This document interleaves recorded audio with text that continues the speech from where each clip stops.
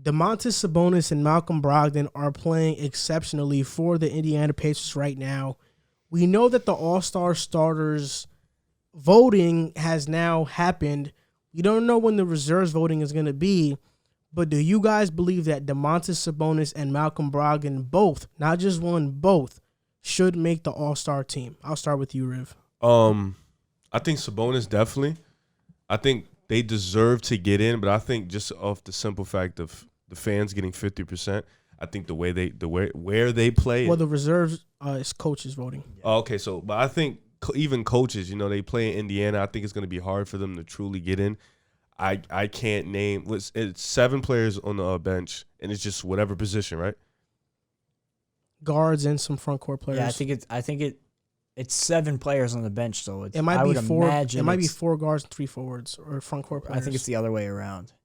I could be wrong. I don't. Who knows? I don't even know if there is a limit on. Position. I definitely think Sabonis and Malcolm Brogdon deserve to get in. If you look at their numbers, both of them are putting up 20 points a game. You see Sabonis; he's improved in every facet of his game. Same with Brogdon. I mean, Brogdon was playing like this earlier in the year. Last year, he was averaging a double-double. But you can see that this is probably going to continue longer in the season. So I think both of them definitely deserve to get in. But in the East, it's going to be really hard, especially for Brogdon. I mean, listen, Malcolm Brogdon right now is averaging 23-7, shooting 41% from the 3 and 46% from the field. Sabonis is averaging 20-12 and 6 assists, 55% from the field and 37% from 3. The East starting 5 to me is Harden, Jaylen Brown, KD, Giannis, and Embiid. I don't think Sabonis gets over KD, Giannis, or Embiid, and Brogdon has a case to be the starting point guard of the East, but I don't think he'll get there because of fan voting. I think it will be Harden or Brown and Harden or Harden and Kyrie. Mm-hmm. And for me, when you look at the guards right now that are in the All-Star voting, you have Colin Sexton. Him and Brogdon, are you going to put Brogdon over Colin Sexton? Colin Sexton's averaging 25 points per game, and Cleveland is winning. You got Kyrie. You got Trae Young, Bradley Beal, and LaVine. For me, I put Malcolm Brogdon over LaVine, Bradley Beal, and Trae and Sexton are a toss-up for me. I think if winning ultimately is the end goal, I think Brogdon will have to go ahead of all of them, except maybe Sexton. Or Kyrie. They're third. Well, I thought Kyrie's going to get in front of him. I think his numbers speak for that. But I think the rest of the guys, you kind of make a case. I know Zach's team isn't the best. Bradley Beal, they're at the bottom of the league, but he's putting up 35, so he might just get in off that. Trae Young and Colin Sexton are the 2 guys that's kind of watering in the East. I think Brogdon's probably should get in over them with Sabonis, though.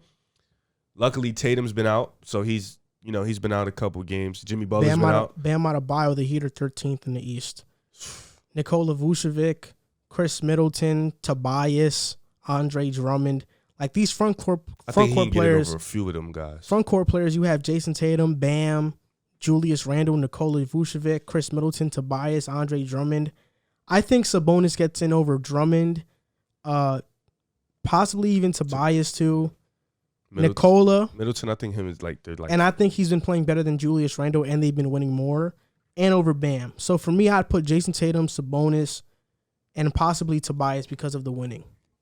I think Sabonis is definitely going to make it. I think the year that he's having, the way the Pacers have been playing, and the fact that the forward spot is weaker, I think he's a lock to make it. I don't know if I would say a lock, but I would feel pretty confident saying he's going to make it. Brogdon, although he's playing at an all-star level. Jeremy Grant. But they're losing. Yeah, but his numbers, that's going to be another one. Damn, man. Although he's playing at an all-star level, I don't think Malcolm Brogdon is going to make it. Just because even with coaches voting, name recognition still matters and it still affects people.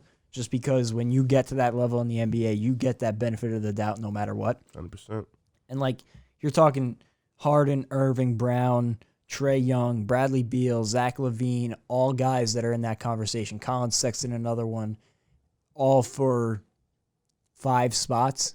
6 spots for guards. So I think it'll be much tougher for Brogdon to make it just because the position is so much more difficult. They're both playing at an all-star level, but like we said before, this is an unprecedented year. There are so many guys playing at an all-star level, it's going to be tough for him to make it with that competition. And like you said, Beal and Levine, they're losing, right? Even though the Bulls are 9th or 10th seed right now. 10. I think, they're 10th. But the Hawks and Cavs, the Cavs are 6th and the Hawks are 7th seed.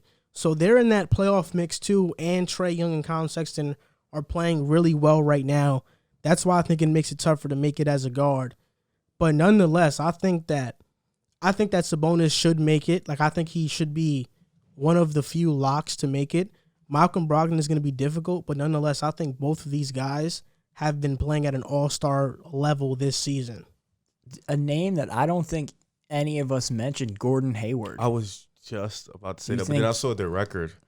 That's why I didn't say anything. I literally He's saw playing their great, record. though. Yeah, he is playing great, but I don't think he'd get in over Sabonis. Yeah, I don't think he'll get in over Sabonis. I'm gonna say Sabonis makes it. I don't think Malcolm Brogdon does, and he'll be one of the top snubs if he does. It's going to be tough because Cleveland and Atlanta, I'm looking at the stands, can easily drop out and the Knicks get back in, or Orlando gets back in and gets in front of them. So it's like this can change, but I think Indiana being a 3rd seed is going to help Malcolm Brogdon. Like I said, though, I don't think he's going to get in starters at all just because the fans own 50% of those. So I don't know how that's going to happen. But Sabonis should definitely be a lock in my eyes.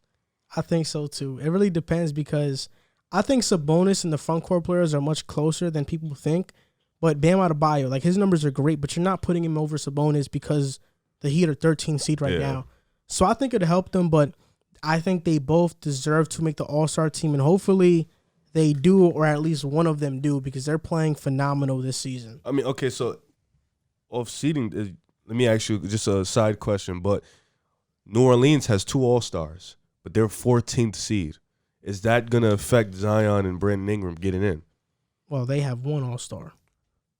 But you know what I'm saying, though. Like, they have 2 guys that can easily make the All-Star team. Yeah, I But think it, especially in the West, it should affect them getting in. Yeah, they're at the bottom of the rankings right now. The same thing with Cat. If he eventually comes back, he's 15th seed.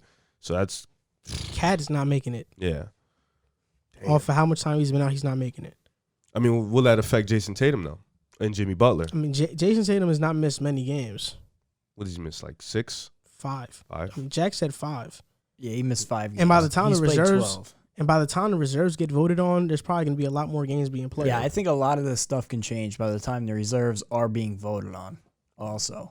Like, we're looking at what we have now, but I could definitely see, like, Brogdon going on a run here, and maybe Bradley Beal goes on a cold stretch. If Beal, I mean, and again, if he Beal's is on that averaging- team, he's not going on a coach. He's averaging 35 points a game, so. Yeah, it's crazy. It's crazy.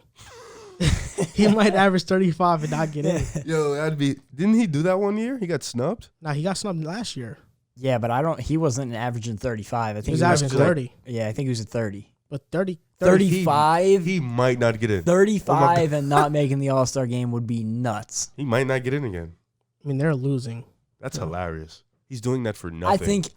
I think he's gonna get in. I feel pretty confident that he's gonna get in. All right, You we'll sure he see. didn't get in last year? Yeah, he Yeah, did. he Check. got snubbed. Wow.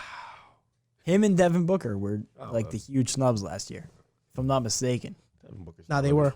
But Devin Booker got in because of the injury. Yeah. Yeah, this doesn't count. And that's another thing. How many guys are gonna miss it because of injury or not wanting to play in it because of COVID and everything? Knows? I thought it wasn't an All-Star game. They're just voting. They're planning on playing a game, or maybe not planning, but they are in talks to have a game in Atlanta. I should just scratch it.